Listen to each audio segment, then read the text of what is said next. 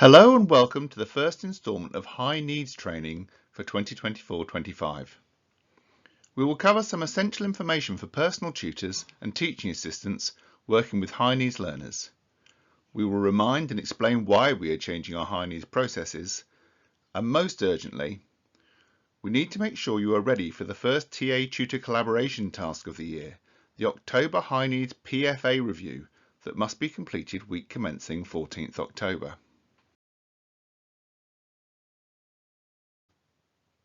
A quick refresher. What do we mean by high needs learners? High needs learners all have an education, health and care plan from their local authority related to their significant additional needs, and we have planned support for them that will cost more than £6,000. In practice at Southern City, this means 16 to 24-year-olds who are the named beneficiaries of in-class support from teaching assistants or communication support workers. There are currently 144 high needs learners in the college. As in recent years, about half are in foundation and the other half are split between the other faculties. The number may go up if we are able to assign high needs funding to further learners, or it could come down if we do not retain them all. So why are we doing things differently this year? Well, high needs provision was singled out in our recent Ofsted inspection as a key concern. In fact, in the report you will see that 3 of the 8 things listed as areas for improvement are focused on high needs. There's this one about appropriate targets and target monitoring. Then this related criticism of the management oversight of high needs learners' progress. And to top things off, another picking up on the lack of meaningful work experience for high needs learners. And as if that wasn't enough to be getting on with, it was made clear in the verbal feedback we received that the whole college needed to improve our use of starting points information, also applied strongly in their assessment of our high needs provision. Let's look at what we're changing. As the year progresses, we should have some extra functionality in EBS that Tribal are developing for us, especially for high needs learners. And then our MIS team will be able to produce some extra dashboard reports that should really help too. But we can't wait for that. We have to start doing things differently straight away. Partnership working between student engagement and curriculum will be crucial to our success. If you look at the table on the screen, we have picked out 4 stages of partnership working. All tutors working with TAs in class are involved in that first stage. Tutors need to have read and understood the learner support plans, they need to have considered their needs and how they're planning and delivering their teaching, and they need to have that strong professional relationship with every TA that comes into your classroom. Sharing schemes of work, agreeing adaptations, briefing them at the start of lessons, directing them appropriately, debriefing with them at the end of lessons. You can also see the role we are asking student engagement and curriculum managers to play. This has always happened, but as with every part of the high needs process, we're tightening it up. We're providing a formal structure for their oversight of high needs progress and carefully monitoring it. However, the particular focus of this session is on the section in green. All high needs learners have been allocated one key worker from among the TAs that support them. This is to allow a key partnership with a personal tutor, founded on measuring, monitoring, facilitating and improving progress. We will get onto the October PFA review very soon, but first we need to go back one step to talk about starting points. As already mentioned, Ofsted criticised the use of starting points information across the college, and really, when you consider the specific criticisms of our high needs provision in terms of targets, maximising progress and management oversight of progress, you can't really address these without a good foundation of starting points information. Student engagement and curriculum have both been doing things differently this year. Tutors have set a high 5 of key skills and competencies that they'll be tracking for all learners in Markbook, and now all of curriculum, to include foundation, will be using the EBS On-Track ILP for targets. In student engagement, we've also been following a brand new process. Reminder, PFA stands for Preparation for Adulthood, and every EHCP learner has PFA outcomes that they should work towards under 4 headings: preparation for employment, community inclusion, towards independence and health. Now, different local authorities sometimes use slightly different wording. So one might say health and the other say keeping healthy, but they're always these same 4 themes. To be able to measure progress against these PFA outcomes, TAs and learning support coordinators have been conducting PFA starting points reviews. The first key question we have been considering is whether each outcome listed in their EHCP is still suitable and relevant for them this year. We will only be tracking progress towards those we have marked as active. Where needed, we have set some new provisional outcomes that may get added to the learner's actual EHCP at their next annual review. So, we should no longer be looking together at outcomes that are obviously well out of date or already complete. We've then set an initial brag for each outcome, blue, green, amber, red, as a starting point rating for each. Finally, we have had a think about any initial actions needed in the first 6 weeks to support progress. And this could include things for the TA to do, but also for them to communicate to tutors to help with, or even things that the learner's family will need to help with at home. So now we have our high needs progress trinity. Progress towards these preparation for adulthood outcomes, progress towards their high 5 skills, and progress towards their individual targets in their ILP. If we're using these properly, they should support success in qualifications, strong personal development, and excellent behaviours. Let's reveal the biggest change for personal tutors. If you were a personal tutor or a TA supporting a high needs learner in the last 2 years, you'll remember that we asked you to work together to create ILP SMART targets for each of these outcomes and to update them every 6 weeks. Without going into all the ways this could have worked better, I will summarise by saying it simply did not lead to enhanced learner progress. For one thing, learners can't remember or articulate 12 or more targets. You may be relieved to hear that we are not asking you to do that this year. Having looked at some good practice in Grade 1 colleges, we're taking a very different approach. We have identified one outcome, most often from the preparation for employment section of the PFA, and we have already sent this to personal tutors for them to set one related target against it in the ILP. The ILP must also contain a target related to work experience.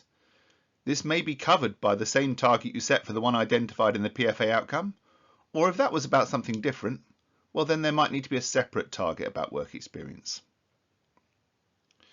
So how are we tracking progress towards the full wider set of these preparation for adulthood outcomes? After all, just because we're not setting hundreds of ILP targets for learners against them, we still need the learners to achieve their outcomes.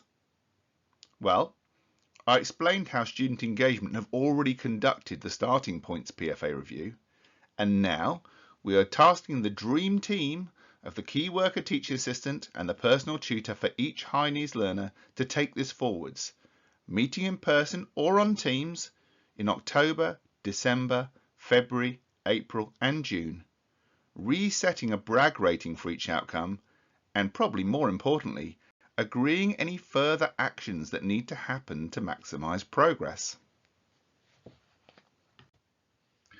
Let's get stuck into the actual paperwork for the October PFA review.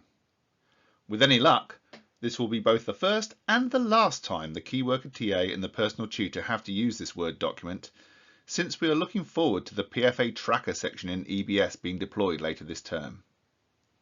The key pairings of key worker TA and personal tutor need to agree times they can meet to conduct the October reviews, week commencing 14th October.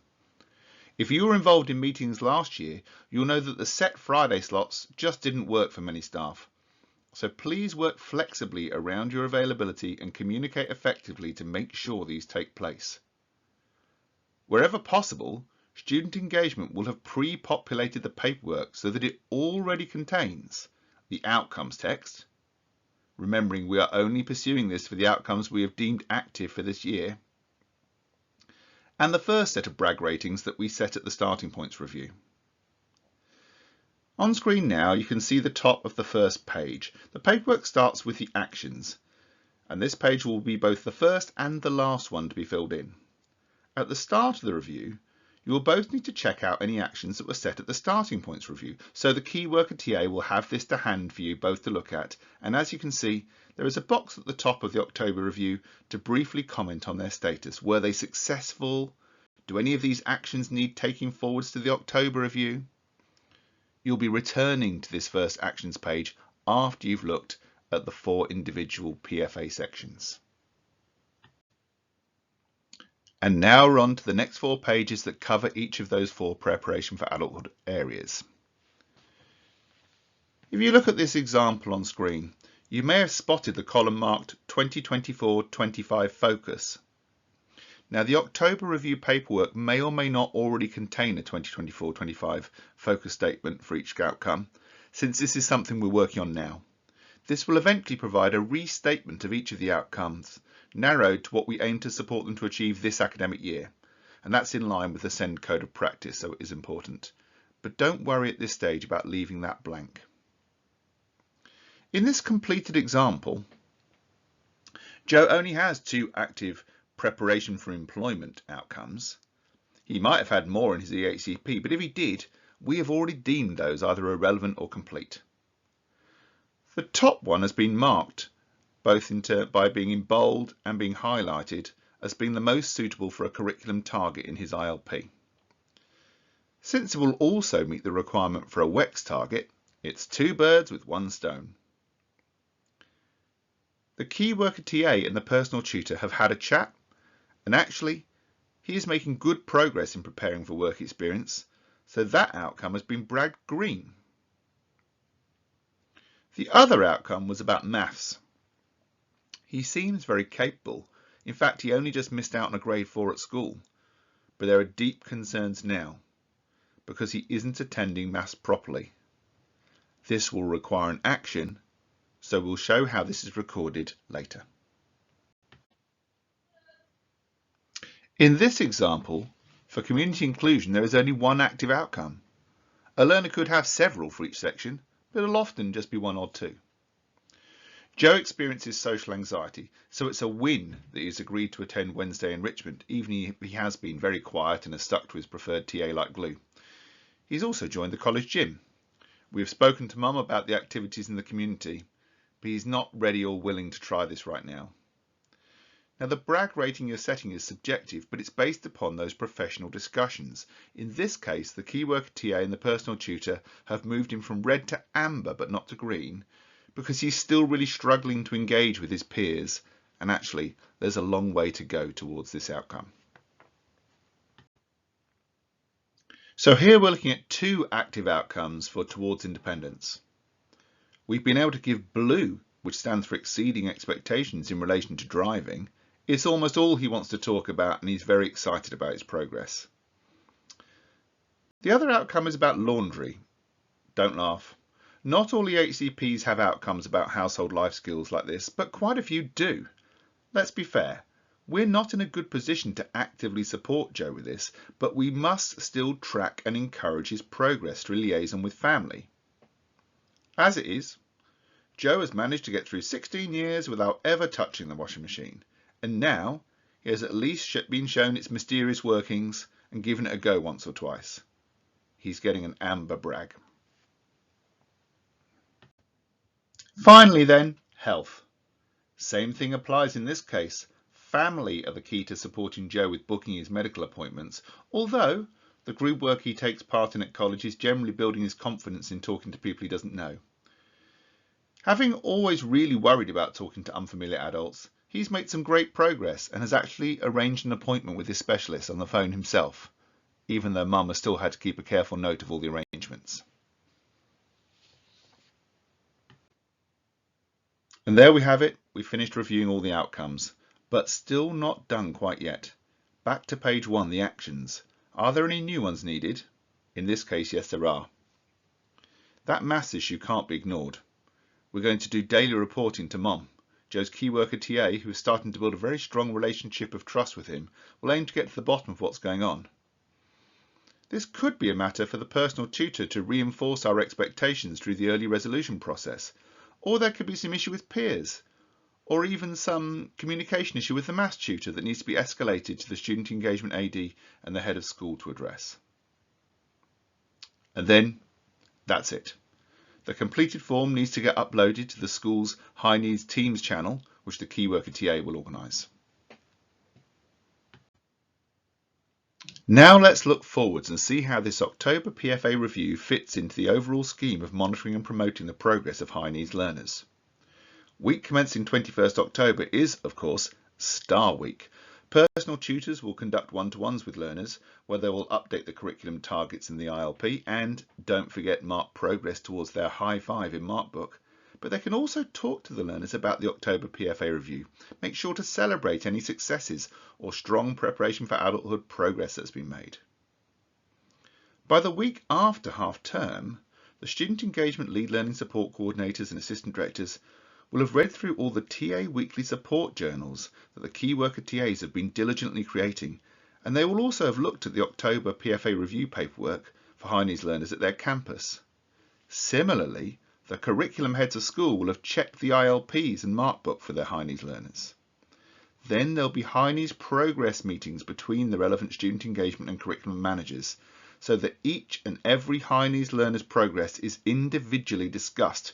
Any issues with missing documentation or missing bits of the process are addressed, and any further learning interventions or corrective actions are planned.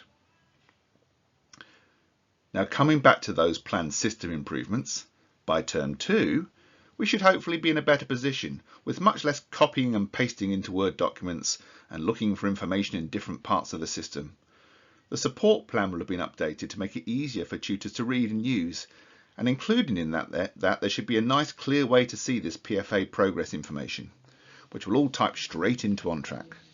From the management side, the proposed high needs dashboard should be able to provide a view of all the high needs learners in a school or even at a whole campus, and provide that top line information about PFA progress, Markbook High 5 progress and ILP targets visible alongside attendance stats. Thinking about what's a bit closer, and in fact just around the corner, there'll be further training related to high needs this year, starting with a session on the October 25th training day. This PFA review element we've been talking about today is important, but it's only one part of what we need to get right, so there's plenty more to discuss as we go along. There's good reason to be optimistic. If we get the partnerships between student engagement and curriculum teams working well, there is no reason we can't go from being grade 3 to grade 1 in this area of work. Thank you.